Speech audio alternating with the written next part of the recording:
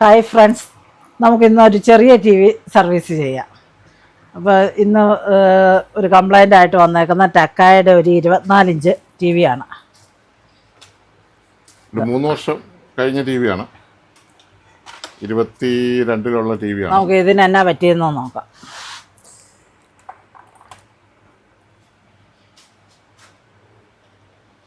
Remote എടുത്തോണോ?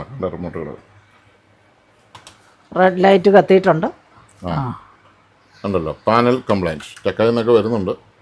ആ മൊത്തം ലൈനാണ്. വെർട്ടിക്കൽ ആൻഡ് ഹൊറിസോണ്ടൽ ലൈനുകൾ ഇഷ്ടം പോലെ ഉണ്ട്. നമുക്ക് എന്നാ പറ്റിയതാന്ന് അഴിച്ചു നോക്കാം.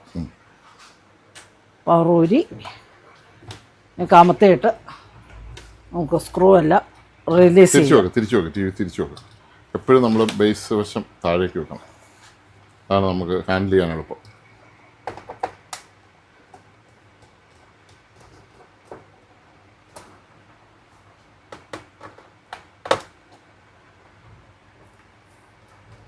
മറ്റേ ഇത് ഊരണമെന്ന് തോന്നുന്നില്ല കേട്ടോ. ബേസ് സ്റ്റാൻഡ്, തൂക്കുന്ന സ്റ്റാൻഡ് ഊരണ്ടാ കേട്ടോ.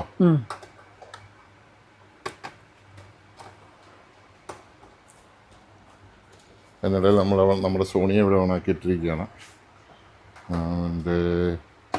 നോക്കട്ടെ, ഫോട്ടോസ്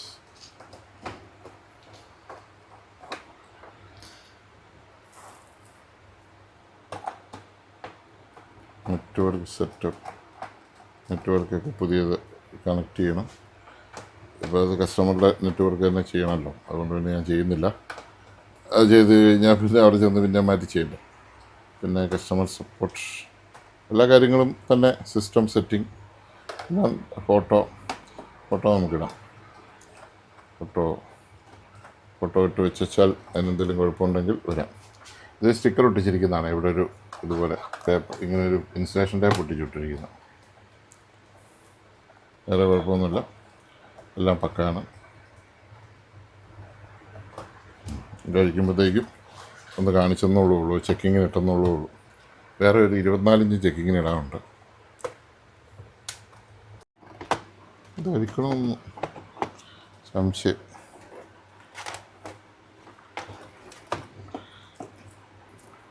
അതായിരിക്കണമെന്ന് തോന്നുന്നു കേട്ടോ.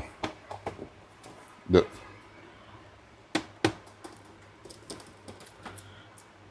വേണ്ടല്ലോ, ചുമ്മാ ഇതേലോട്ടേ ഉള്ളല്ലോ.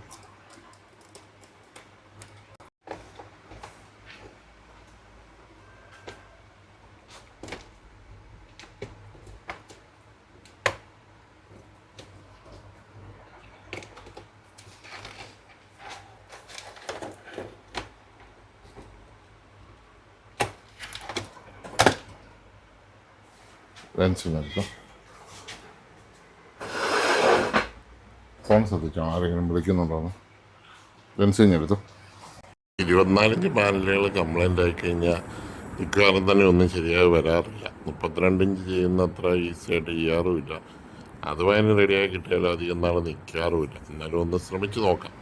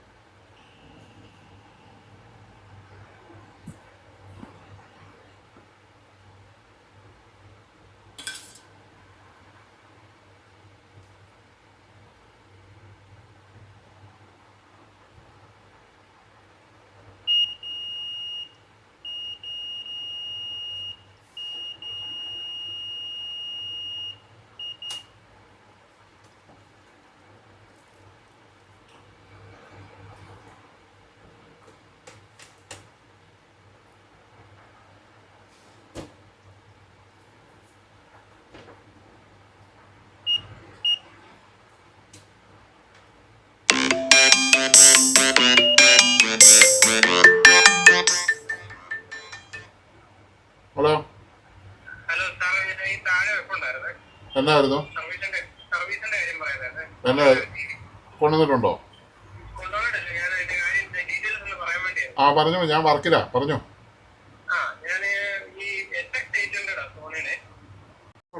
അല്ല ഫ്രണ്ടില് ഇത് ഞെങ്ങുന്ന ഗ്ലാസ് നമ്മള് നഖം വെച്ച് വെക്കുമ്പോ അതിങ്ങനെ കുഴിയുന്ന സൈസ് പാനലൊക്കെ ഓക്കെയാണ്. പിന്നെ അതിന്റെ ഇത് നമ്മുടെ എന്നാ പറയുന്ന നിന്നൊക്കെ അത് ഓഫായി അതിന്റെ ബോർഡ് കിട്ടുന്നതാണ് നമുക്ക് ചെയ്യാം. ഒരാളെ കൊടുത്തായിരുന്നു ആ പുള്ളിക്കകത്ത് അതിന്റെ സാറ് പറഞ്ഞായിരുന്നല്ലോ, യൂട്യൂബ് വീഡിയോക്ക് അത് പറഞ്ഞായിരുന്നല്ലോ. കാരണം ഈ പണിതിട്ട് കൊണ്ടിരുന്ന എല്ലാവേ നമുക്ക് ഇത് മഞ്ചക്കുഴിയിലുള്ള സെറ്റ്. നെറ്റിൽ സാർ നോക്കുമ്പോ അറിയാം അതിന്റെ HX 800 മോഡല്. മോഡലിന്റെ കാര്യമൊന്നും 3D TV. 40 ഇഞ്ചല്ലേ ഉള്ളൂ. 40 ഇഞ്ച്. അപ്പൊ LCD ആണോ അതോ LED ആണോ? അത് LED ആണെന്നാ പറഞ്ഞു അന്ന് സെയിൽ ഉണ്ടായിരുന്നു. 3D TV LED TV എന്ന് പറഞ്ഞിട്ടുണ്ടായിരുന്നു. എഡ്ജ് LED എന്ന് പറഞ്ഞിട്ടുണ്ടായിരുന്നു.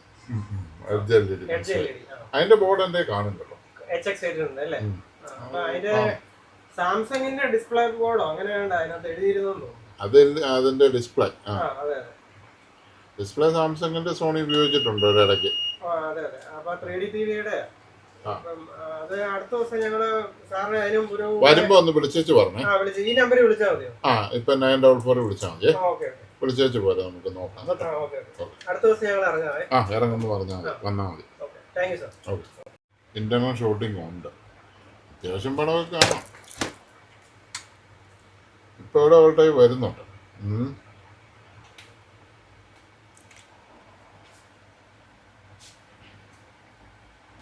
3.3 വോൾട്ട്.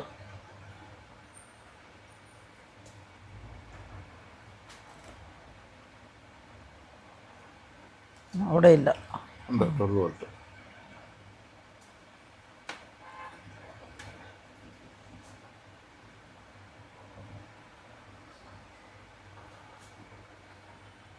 വോൾട്ട് പാനലായി.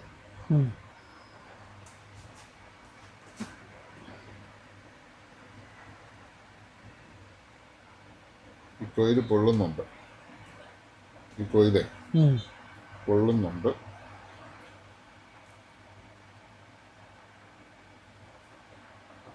ഐസി പോയാ ചുട്ടുപൊള്ളും ഐസി. പാനൽ ബോർഡ് വേറെ വെക്കണം. പാനൽ വെക്കുക നല്ലത്, ഇതുണ്ട് ചുട്ടുപൊള്ളും ഐസി. ഭയങ്കരമായിട്ട് പൊള്ളുന്നുണ്ട്. ചെറിയ രീതിയിൽ ചെയ്യുന്നുള്ളൂ.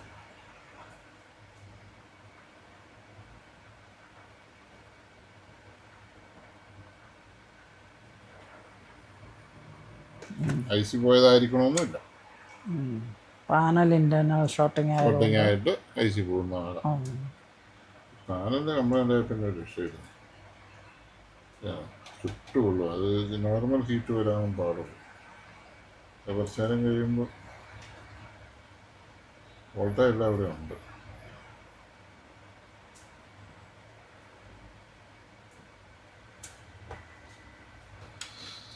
പുതിയ പാനൽ വെച്ചേക്കാമല്ലേ, അത് വെറുതെ പൈസ കളഞ്ഞിട്ട് കാര്യമില്ല. പിന്നെ കട്ട് ചെയ്തൊക്കെ ഒരു സൈഡ് മുറിച്ചും പറിച്ചുമൊക്കെ ചെയ്യാം. അങ്ങനെയൊക്കെ ചെയ്ത് കൊടുത്തിട്ട് എന്നാ കാര്യം. വയറ് എടുക്കണം. അപ്പോൾ നിർത്തി പാക്ക് ചെയ്തു.